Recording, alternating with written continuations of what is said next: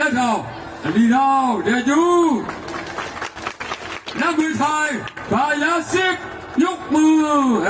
စီနငုံအစစ်ပြေရုပ်ထင်းတို့ပထမကြီးလွတ်မဲ့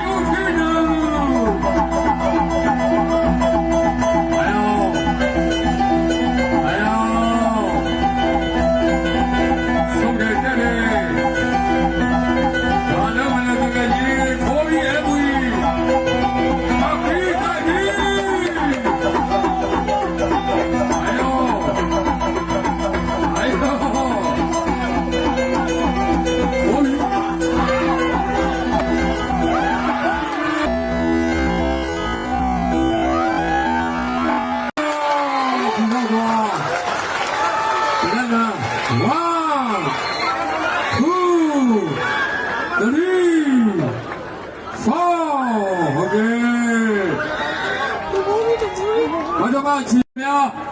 မြင်တွေ့ကြရတဲ့အတိုင်းပေါ့ခင်ဗျာအဲမူအဲကညောကရင်နဲ့ဖာယာစစ်ခိုင်းတို့ပွဲဟာဘာသာချီဖြစ်ပါတော့နမနစ်15စက္ကန့်မှာပဲဖာယာစစ်ထိုင်းဘက်ကအငယ်ငယ်ခံရရှိသွားတဲ့အတွက်ဆက်လက်လို့မရှင်ပြန်နိုင်တော့ပါဘူးခင်ဗျာဒါကြောင့်မို့ဒီပြန်ပွဲမှာအဲမူအဲကညောကရင်အနာ